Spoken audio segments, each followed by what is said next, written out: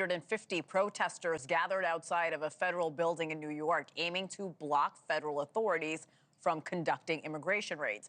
NewsNation's Alicia Nieves is on the scene at Federal Plaza, where these protests took place just a few hours ago. Good morning, Alicia. Walk us through what happened.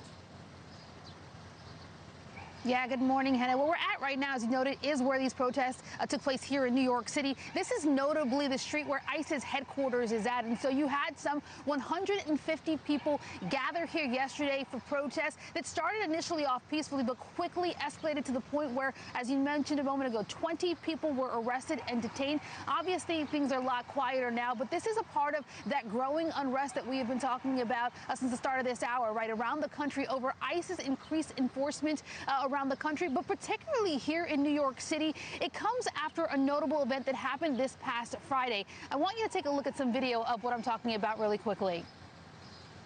Federal arrest. Get on the ground. We're within Get back. Get back.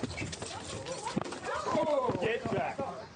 Yeah, what you're watching right now is actually ICE arresting a migrant inside a federal courthouse here in New York City, detaining him immediately after his immigration case was dismissed. DHS says that he was here in the country illegally from the Dominican Republic. Now, we do not see this on this video, and it's important to point this out, but ICE and DHS are saying that he was resisting arrest, and they claim that he punched an officer. That is a part of what led to what they say is an aggressive takedown. Now, again, this is a part of what has led to unrest here in New York City, but it's not the only incident that has people concerned here. Over the past week, there has been a lot of concern over ICE officers detaining migrants as they're heading into immigration court and following the procedure to be here lawfully. And so again, that leading up to what we saw yesterday here and what you're looking at right now, this crowd of people who are outside here, the federal courthouse or federal ICE headquarters here in New York City, started peacefully, quickly escalated, led to 20 people getting arrested. NYPD, though, moving in swiftly to kind of calm things down. And now we have DHS coming out and responding to this.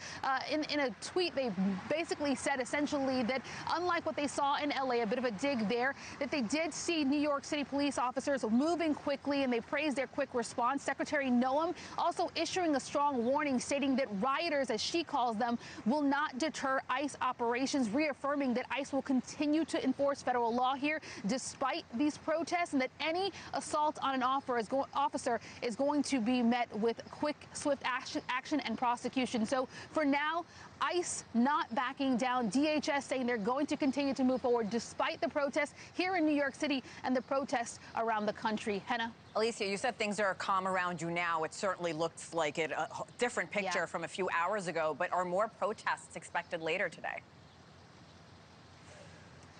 Yeah, that is the expectation. A lot of the unrest that we saw here yesterday is being circulated on social media. And so you have activists and organizations on social media calling for another day of protest, to the point where part of the street behind me is actually blocked off, likely in anticipation of that. So no firm word yet, but it's very likely that based on what we saw here yesterday, the activity we're seeing on social media, the arrest of protesters, and certainly the arrest of that man on Friday will lead to further unrest here in New York City. We've reached out to the NYPD to get comments on whether they're bracing for that. So far, no comment, but we'll continue to update as we get more information throughout the day, Hena. We'll continue to check in with you all day long, Alicia Nieves. Thank you for that report.